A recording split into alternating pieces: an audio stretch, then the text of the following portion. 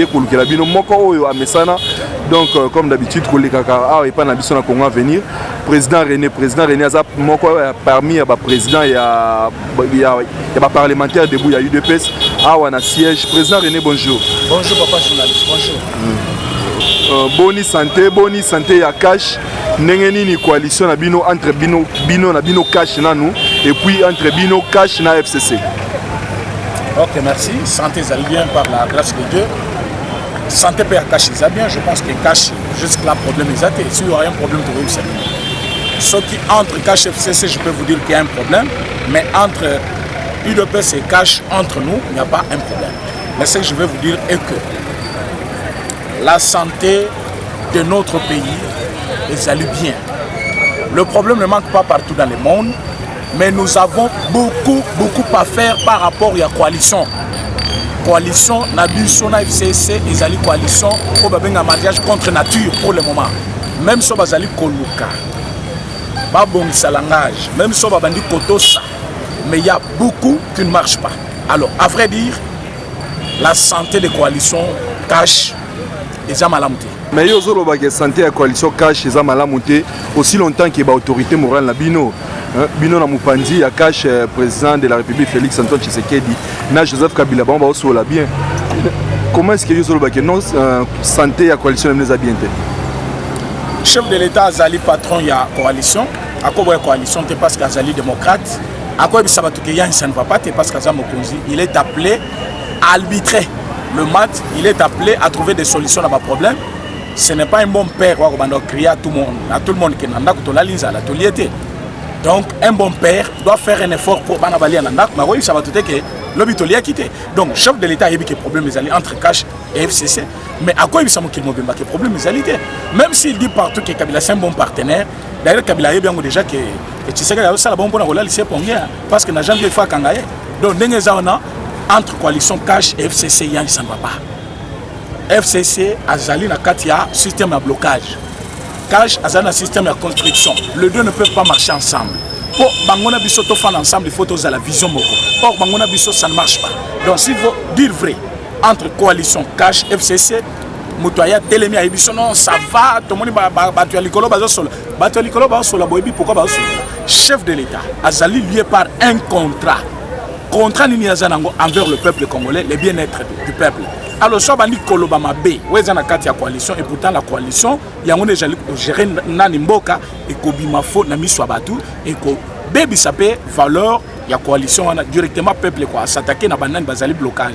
Et là, on est comme Isamboka Nakao, et là, le chef de l'État Zali Kokima. Quand il dit que non, coalition is malam, soit de Bazali Kobenga Nani Kabila, Naye Bazo Solo. La Kabila, c'est un ancien président. Azali partenaire dans quel sens? En politique, on ne néglige pas les moindres détails. Kabila en 2018, il était notre adversaire. Tu sais qu'il ne pouvait pas s'asseoir avec Kabila. Mais c'est quand nous avons ravi les pouvoirs que nous l'avons appelé partenaire politique. Pourquoi partenaire? Parce qu'il fait partie de l'histoire du pays. Si tu sais qu'il est 5e, donc Kabila est 4e. Pourquoi le négliger? Alors, il y a une place, mais place il y a comme à l'Inyangote, yango na ko développer mon émission na yo okoyo ka place to betele penang c'était na mutu lelo na Rolobango. Kabila c'est un mauvais partenaire. To benye partenaire parce que nous respectons les textes de la République. Mazali mutumabe. Parce que moto bozali ko sana li kopa na CCA bandi ko lia yo aza mutumabe. Kabila batutu bayebi ke na mboka il ne pouvait pas exister un ancien président mutuloko la Kabila libre. Mais aujourd'hui au Talazo Saba course à moto partout sans casque partout, azotam la moindre on dirait mboka na ye. Et pourtant, il y a Zala Congolais, c'est ça, bien ou bien. Mais Makamazo Salelo, au lieu de se contenter de la coalition et PC Chansouana, Azali continue à Bakuba, soit tel Makamoutou Chadara Sal. C'est Kabila qui lui envoie. Makamoutou Nani Mova Zoloba, c'est Kabila qui lui envoie. Makamoutou Mova Nani Nemi Azoloba. Kabila Moutazo Tinabango. Mais comment Yoko Zala, au Bengi Tshisekedi partenaire Namoy, Naboutou va monter complot contre Tshisekedi. Vous avez mauvais partenaire? Alors, si tu sais qu'il y a le but, mais il faut loba. Biso tozali balobelia UDPS et puis peuple congolais. Moutota tozali kobenga Kabila, il est appelé à disparaître, soit à Kangié, patiner dans ces pays, soit à exil. S'il est dans ces pays, il va déranger. Alors pour qu'il ne dérange pas, nous avons déjà aussi notre stratégie. Oh bah cause la mine na télévision na Rolobangote, mais na yebike Kabila va partir. Qu'il monte, qu'il descende, il va partir. Tu sais qu'il est lié par les textes de la loi, la constitution. Il faut abattre là, ancien président. Tout comme il peut un jour comme ancien président, il faut abattre là. Mais tu vas abattre la ligne bongote. Tu vas abattre là. Tu peux se liberté, tu peux se mitouka, tu peux se tout, tout ça n'importe quoi. C'est ce que j'ai dit. D'abord, opportunité, on a courage, on a bien mon beau petit bango. Tous moi c'est acte et outil pour ça là na Assemblée nationale na époque ceux qui sont makanissima parce que ba congolais to bossa na un peu moins mouké ceux qui sont makanissima vice premier ministre bo chapton a vice premier ministre Chadar était en vice premier ministre Mova un député a qui négocie mais na nzoto to éviter ce député na yango soukileni comment est-ce que Gilbert Kakonde vice premier ministre oyo il y a eu deux personnes bazo ba na hémicycle boy devant donc aussi devant tout le monde bazo qui ne quoi agresser hein ba sanction exacte sanction à 5 séances et zéloronine Mutuna nous sommes communicateurs nous devons dire aux gens et les expliquer réellement la cause. Tant que Vazaki premier ministre soit vice premier ministre de l'intérieur soit Chadar pourquoi parce que Kabila avec son système dictatorial biso toza ba démocrate na démocratie so bon limite démocratie boye ba qu'il y a aussi des avantages et les désavantages. Avantages des anines, chacun est libre, il peut parler comme il veut. Comment ça même que loi ezali ko exister mais loi ko rattraper. Gilbert est un vice premier ministre na préséance azali troisième personnalité les deux villageois là Adrien Pouba là pas coquille jamais parce que ce qui premier ministre azali na député le vice-premier ministre est d'abord la première rang la deuxième rang parce que député mais quand un député s'attaque à premier ministre l'Assemblée le premier ministre qui est le chef du gouvernement qui est censé sécuriser membre du gouvernement naïe azo comme les sous mukanda ko cinq explications c'est là où que j'ai dit Adrien Pouba a fait qui en France naïe le Asakana, Pembenya, Gilbert Kankone. Ce n'est que je viens d'une famille politique. Imaginez-vous un peu. Il a été tabassé chez lui. Bah, bête batobolé na lisu. A salé l'autre côté. Adrien Pouba. Bah, bête na ma tête plusieurs fois. Aza eli soki aboma soki wapi. Mais il vient à Kinshasa. A sali ce qu'on appelle tribalisme. Pourquoi tribalisme? Azali député national, Azali sur la province. Ceux qui ont représenté la province de Bango, parce qu'ils ont base naïe. Mais il faut le bélango dans les normes. Mais il est allé jusqu'à s'attaquer à vice-premier ministre. Selon loi et assemblée, il y a 5 séances à travailler. Ne pensez pas que ceux qui ont participé à ces 5 séances, ils allaient sans action. Non. Ils vont punir, ils vont et sanctions et Kolanda. Bango mibale balongoli bango 5 séances bako participer à la plénière mitano so ba participer après bako kata bango quelques montants ya mbongo après ba sanction Kolanda mais ni ne kozela bango lisusi il faut bozela bien parce que batebele bazana libunga ba yebite Adrien Pouba a déjà au moment où je vous parle, créer tombe naïe, propre tombe naïe. Pour Gilbert Kankondaza, vice-premier ministre de l'Intérieur, sécurité en Moka, Eza Maboko naïe. Et Boya Bakawati na famille, IDPS c'est un parti au pouvoir. Déjà s'attaquer à vice-premier ministre ou s'attaquer à gouvernement. Maintenant, il a un vieux papa vieilli qui ne comprend rien. A comme les Mokanda Lobi, non. Je demande les explications du vice-premier ministre, comment il avait réhabilité, mais Nani, gouverneur Yaba Congo. Mais je regrette beaucoup ces gens-là. Le chef de l'État a signé les ordonnances. Les lots sont à 4e mois, donc 5e mois. Baton nan babanda musalate. Nani fallait notifier Bango, ministre, il y a portefeuille. Nani chef de ministre à portefeuille, le premier ministre. Atikala nan ko 5 explications, t'es pas ministre. To sengi luga.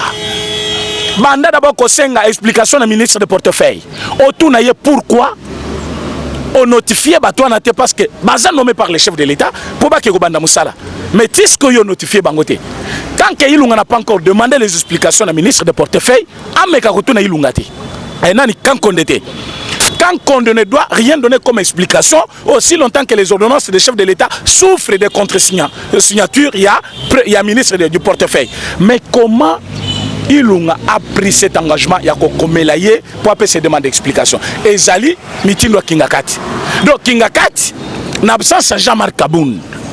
Tango akendaki Rwanda afandisaki bureau politique na Mobimba ayebisi Lunga ayebisi Mabunda alobi bozotikela yi de pesi tamula ya kosa musala tu sais que yaza déjà très fort libanda plus bangomi bale bazala pe très fort c'est fini bisoto échoué comment gagner Kanga Kabound Tala Kabound allait être en Namibie na mission diplomatique à représenter nation nani assemblée nationale mais ba quatrième mission wana ba pesa ngo deuxième vice-président o reza rôle na ye rôle ya premier président et assemblée mais balongo le rôle ba wana ba pesa ngo deuxième vice-président Mabound a changé jeu ole atika la geste nenga zalaki a commis ko jouer jeu ya Kabili to yebisi Mabound zonga na bon sens sinon ko zwa makala ya moto na Mokongo parce que l'UDPS ne blague pas to pesi bino enane ne pensez pas que l'UDPS a commis chèvre azaka Lyon et là to yebisa bino ezanini yonde ko Mabound yonde ko Ilunga bo jouer jeu démocratique nenga bobandaki bazaki kimia bazotelela bino lelo tango bobungi bomoni ki batutu bazo courant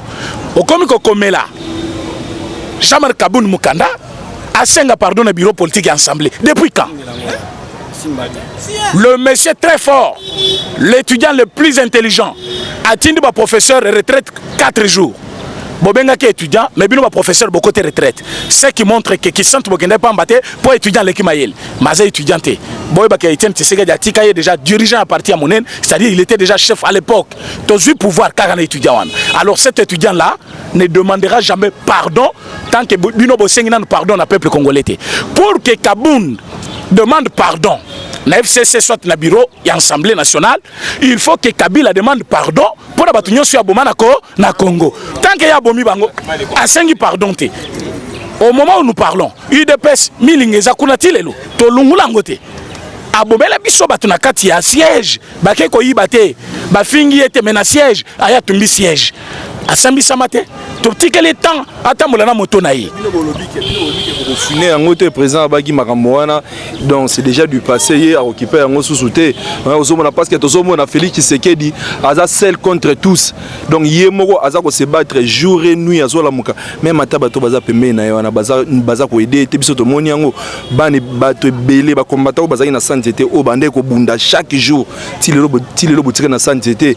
Le peuple d'abord est commis, les familles d'abord, tout le monde a yango, Tobombate, Vital Kamere, Asali Mukanamu, ordre de mission en tête présence de la République badaï dans piana moi na jibem piana na kati na jet privé bazo tambula mboko Angola ko kene so nini bana tandis que bana IDPS tilelo na sanzete bazana noa eloko wana yoko mona ondeni président de la République azaye moko azo travailler moko seul contre tous boza ko aider été président zaye moko te rectificatif président zana bato azolo bazana président o tout batelemi bazana président azali institution président yebi azo sala lelo Kamer a signé mission wana ezali mission où ezali ko concerner l'état parce qu'à kofuta mbongo na ye mais vous devez savoir qu'il n'y a pas un cabinet dans un cabinet.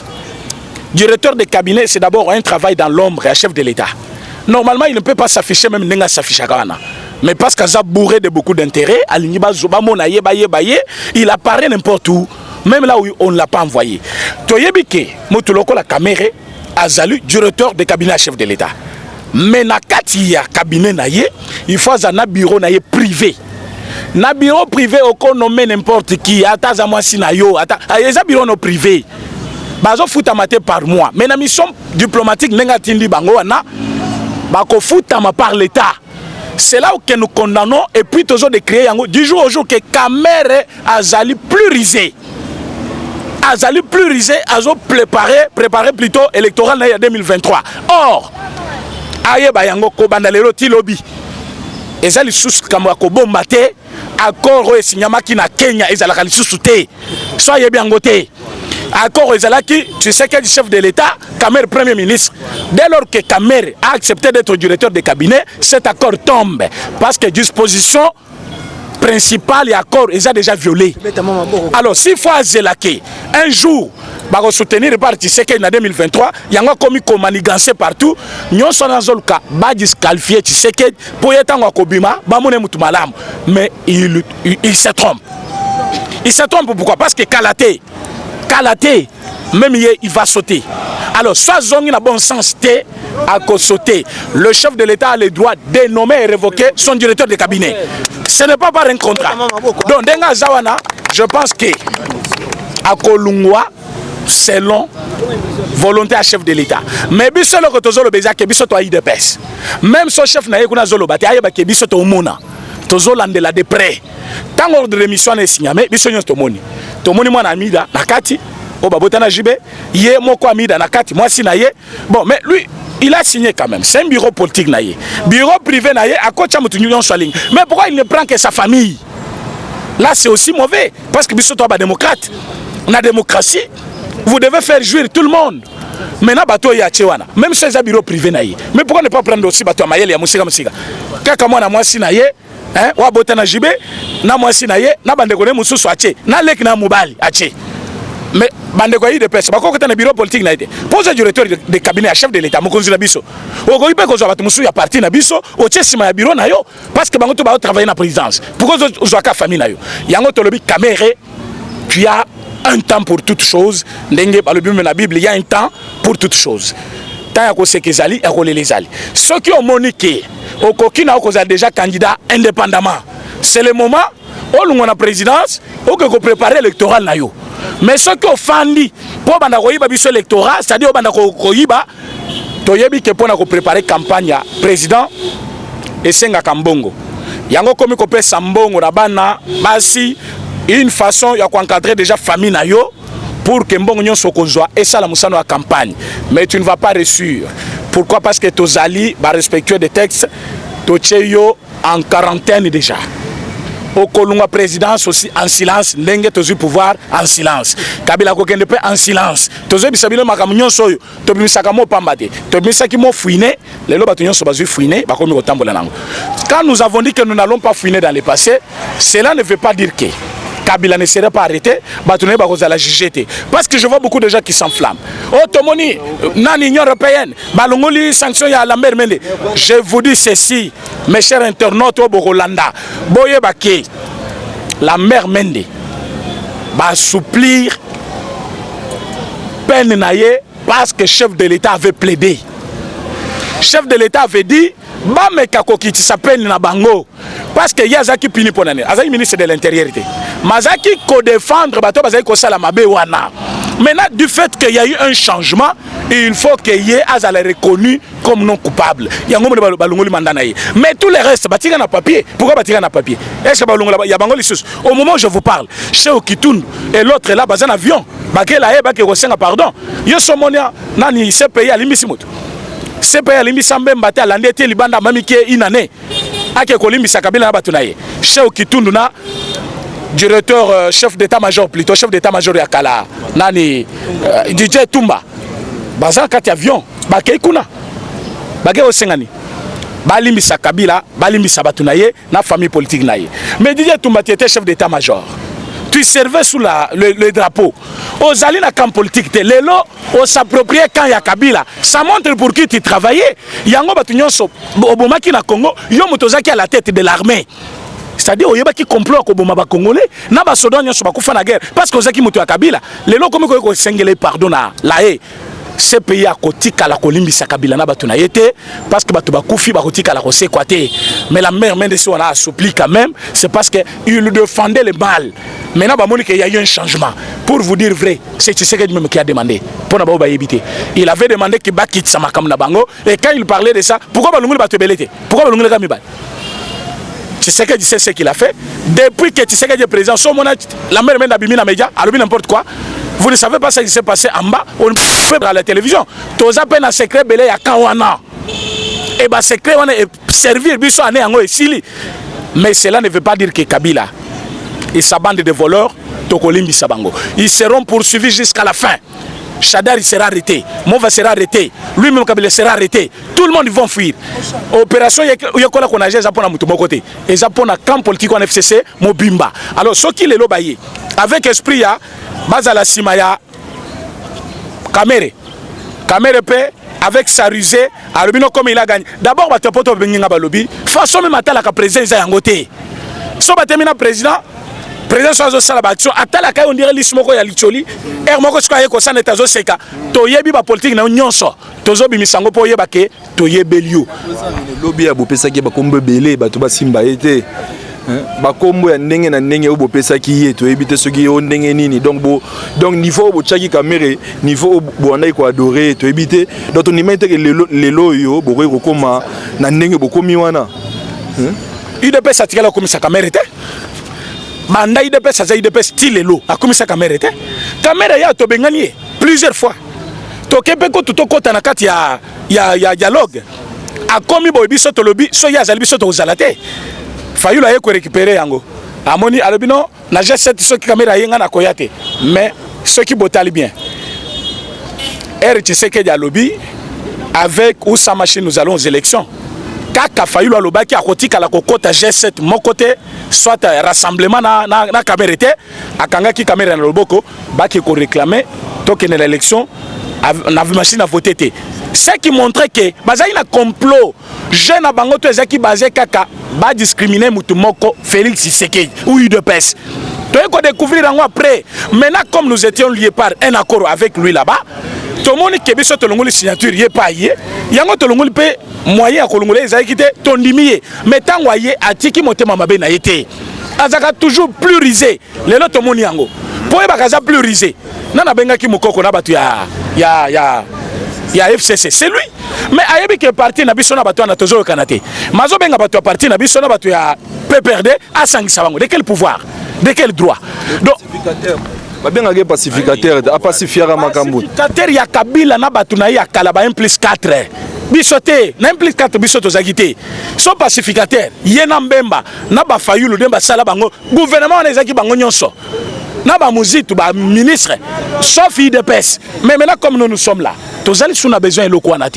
caméra faites attention ça c'est l'UDPS ce n'est pas PPRD ce qui UDPS ça c'est qui mamboka d'ailleurs bazali koye bisabiso que tu n'es pas réellement congolaise tous allez koyo kango plusieurs fois alors c'est pour te dire que en tant que UDPS tous allez ko douter mingi makamoko mais au sala que aux ana même moral na président na biso alors ce qui est dans l'idée il y a conduire mandat na biso to hôtel melayo et mukolo na to ozela ko te présenter alors c'est le moment et à la nomination nayo et puis hors de démission ya souka ya kocha batu na changa batu ya famille nayo batu ya parti politique nayo donc batu INC na batu ya famille onde bako na président et bon UDPS et bon batu ba kufela et bon batu sko ba derrière na parti IPSika et bon batu bazali ko komisa Tshisekedi bon bako na président c'est ka famille nayo moi si nayo bana nayo.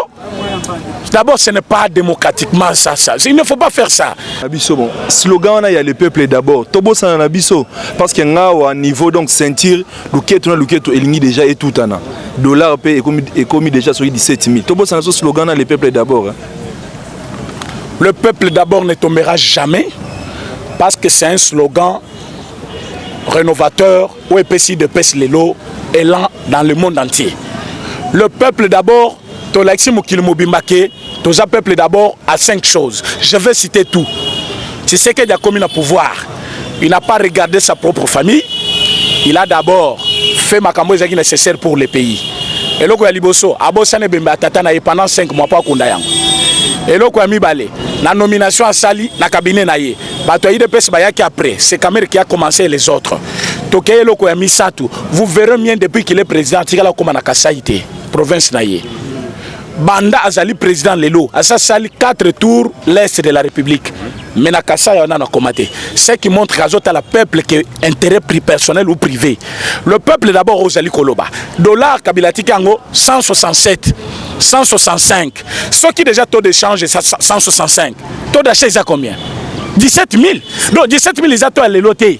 Déjà Moutoutoua t'es qu'à enfant. Pas $, maintenant on déjà à 17 000, même 500. Donc les atos à l'éloté. Mais il faut y payer que ce qui, moi ça je na 1 mois, 2 mois. Et j'allais pas si moi un peu mouké. Mais soit commis dans 9 mois. Pas ça j'aime et comme à Makasi. Pour nanine parce que j'allais douleur d'enfantement. Les lobbies sont à Congo, tous un changement. Changement aux Tozanango, et ça a des avantages nango. Des avantages des anines. Bate belé o bazaki na mbongo Kabila azaki mutumoko o batu bakanisaki soki kaka lungwe kawe koti na mboka babomba ki mbongo mingi tant Tango babimisi mbongo wana. Ezaki ba dollar non? Ba changer ba franc ebelé. Ba ngosko ba kabili comme bazaki na ba dollar ebelé, ba kamati dollar nyon ezaki sur terrain, ba somme yango ba koti franc ebelé. Franc combien ebelé? C'est qui era cher.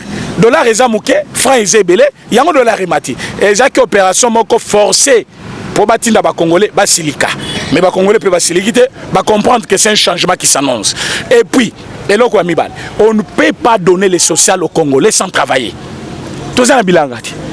Aux en bilangati, aux en production mon côté, au PC social na quoi? Yango te recours ça qui n'a pas investisseur. Investisseurs comme Bazoya, nous allons produire l'année 2010 et 2020. Tokozana un budget à 10 milliards. C'est différent l'année au Tosali, même pas 1 milliard. Pour année est-ce que Motoko Bisanga budget c'est que côté na pouvoir? Budget qui prévu à 4 milliards 500 millions. Est-ce qu'on a produit ça? Parce que tu sais qu'il y a travaillé avec le même gouvernement. Mais avec le moyen de bord qu'on a trouvé, tu as l'investissement total. Nous avons investi dans la saut des moutons, nous avons investi dans l'école gratuite, nous avons investi dans la construction d'écoles et rénovation et Koufaki. Dans cette même année, nous avons fait des grands travaux à Minene. Réfectionnement, il y a prison de Makala. Makamana eko salema na mbongo 4 milliards 500 anaté, mais nous avons fait tout ça, c'est-à-dire nous avons dépassé même budget bango batikaki. Mais quand nous sommes allés maintenant, comme nous sommes en train de partir plus tôt, en 2020, nous aurons un autre budget. Budget on a comme cause d'application en 2020, c'est-à-dire année 2020, vie à 2020, en 2019 et aux années mon côté. C'est-à-dire nous allons souffrir en 2019, en 2020 à souffrir mingité. Parce que nous aurons un autre budget. Qui dit budget, c'est-à-dire quoi? C'est un programme. Il faut tout le mobiliser. Mon soit dans la caisse de l'État pour tout ça les langues. Or, quand nous regardons bien, nous voyons que il faut mobiliser Mbongwana. Bangonyon somiyibi. Yango lelo. Ton nommé dans le journal officiel. Quand le chef de l'État nomme un mandataire, Moutufas a publié Yango, c'est le journal officiel. Parce que cette structure, il y a chef de l'État, la présidence. Mais tout le monde qui est kabiliste, chef de l'État nommé Moutunaka, PCA, Yamiba, ya Nani, Jekamine, PCA, SNCC, à ça, il y a publication mon côté, tu vas bien côté, tu vas prendre en haut, tu vas Palou, na la Mouka. Mais aujourd'hui, nous avons nommé pourquoi? Nous avons nommé ce monsieur-là, il est d'élu de PES, moi Djanvita. Na Katia, journal officiel, pour tokolongola ba mandataire nyon sur l'État. Tokocha ba mandataire ya Sika. Ba mandataire ya Sika sont nommés yo lelo. Kaka na butu wana journal officiel est publié. Ce journal officiel a publié. Yo ministre a portefeuille au notifié peuple congolais en zoto na yo. Ce qui mena toye, to retourne pourquoi publier yango te. Pourquoi otiga sala musalate. Le même jour bakangiyo. Alors vous verrez que changement est à la totale parce que Mbongo est où t'as 4 régies financières. DGI, DGRAD, OGFREM et DGDA. Alors biloko on a tous les 4. Et Zalina Maboko ya Miyibi. Yo comme ya Congolais ceux qui Rogiza so Rogiza. Ouais comme Congolais.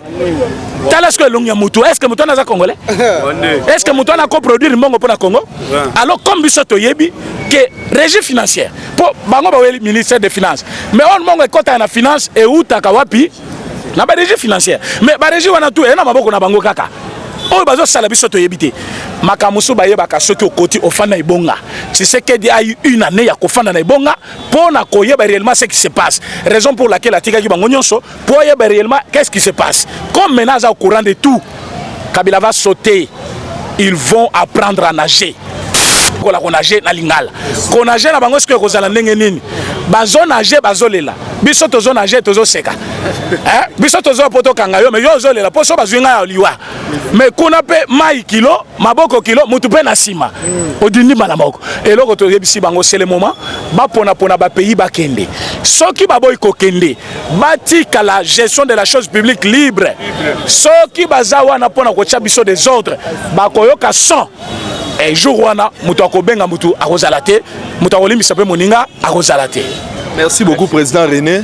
Merci na ndenge aussi opesa biso opportunité autant na yo aussi au disposer temps na yo mais na 10 secondes tomoni feuille moko ezo circuler que président de la République salaire né comme et recoma 15 000 je crois 800 et quelques dollars boy. Ce que c'est solo acte wa yo registre ndenge ni. Ngai na travailler kana ba rumeur ceux qui papiers ont circulé, le chef de l'État avait dit salaire naïe moutonyon soit koye bayang. Tant que le chef de l'État a l'obina no un dernier moté, c'est-à-dire mukolo a kolinga salaire naïe bana. Congo mobimatoye ba salaire naïe parce qu'il avait promis. Mais chef de l'État zali kolutende. Ba kitsa salaire ya batu nyonso. Aux ali ministres salaire ekita. Ya yepe ekita. Tous les Congolais va vivre na même niveau. C'est-à-dire mbongo ezali kofutama. Na chef de l'État, na ministre, na député, différents soit na efuta pe ba Congolais mususu. Na Congo, je vous dis to futa na ba chômeur. Au chef de l'État a kosala ke batu ba ina politique, ba sali sous politique te. Azana besoin ba ki sa salaire ya député. Ba ki sa salaire ya ministre. Donc yo moko mitale na commerçant. Na politique na ke osala nini. Ne azana besoin ba ministre batongi banda ko ebele. Mouton a $35 000, $45 000. Chef de l'État lobby ba ki sayango ba $7 000. Député ceux qui 4 milliards. Yemoko lobby azota 15 milliards. Mais jusque là, ce n'est pas encore rendu public. C'est une proposition. Yango moni même na campus na ba institution sur l'État. Papa, ceux qui ont acquis des 6 aussi ça na noté eriango. Zonga université. Minerval ou mbongo nyonso ba 5 francs académiques. 164 000 francs congolais. Donc au fouti na yo au fande ane mobimba ya école au bimi licencié na 164 000. Papa. Au mona we pa kabila. Muto atanga azana mayele ya bato il faut batanga. Les sociaux au bato azo koloka yango wanati. École primaire gratuite. Université moins cher. Au kotanga te ponani. Donc bana na biso ba kozala pena bangonyo so docteur moka mobimba. Donc tu sais que ya bongisi déjà mboka en avance. Po mboka kozala diriger na ba docteur na ba docteur. Ba docteur na ba docteur. Ba gradué ba kozala te. Po classe ça ofele déjà. Alors comment voulez-vous social les athées ben ba otanga ofele. Social les athées na na bokomona. Est-ce que bana tu sais que ba otanga na ba université ah mais pas Kozoma muke na bango soza ministre zombo no muke mais tikela pe congolais tant vivre mais ba balingi nini nyonso bango bazwa député azozwa 14 milliards 13 milliards 13 000 nani ministre 25 milliards 35 000 qu'est-ce qu'il a fait alors problème na biso ezali batu nyonso wana Biso peto vivre, le petit peuple. Les social que vous voulez, c'est ça. Salaire nabino ekita, pour le peuple congolais, azwa na dividende wana. C'est ça. Le reste, c'est yabino wana. Et qu'on fout à peuple congolais. Yomoko zo ebele. Mongo nyon salete zo sila na ministère. Et zo sila na présidence. Bango bazwa nini. André Poba. Keba na yo, et puis azalambala souka ya agresser physiquement le vice-premier ministre. Selon préséance, azali mokonzi na yo. Au coquille jamais touché en public. Et puis la politique, babunda ma kofité. Zala na maîtrise au saccagé à Kabili. Au bozaki na ejo muso Miss Mininoana, ba yebisi biso ke yenda bundisa mwana semi jusqu'à la fin azwaka jouer à Kabili ba pesa ka mbongo. Yango bosale loko bosale d'abord les tribalisme. Pour bolakisi ke boza député ba Congo et pourtant député za national. Mais tango yo les gens qui ont circonscription na yo parce que voter qui okuna ça montre que tu ne peux pas parler pour l'intérêt du Kassai. Comme Oyebiki, vice-premier ministre, Azana Katia Moubekou naye, parce que lui n'a constaté que le gouverneur n'est pas ni condamné ni acquitté, mais il est suspendu. Comme 3 mois et coquille, Mati Moutouana, ok quoi agresser, pourquoi zongissier? Bino bazaba député, Oyebi ça député provinciaux, ba invalidé. Situé dans le parlement provincial, tu ne peux pas agresser les chefs, les vice-premiers ministres. Mais aujourd'hui, le premier ministre a outil la famille politique, la politique à Congo. Le but a dit pour Zonga Congo. Autant que la Kinshasa, tous a besoin de Kimia et Zala, au Senga pardon publiquement. On les gagne RTNC, pardon. Pas sinon, au moins, on a besoin de les loter de la janvier.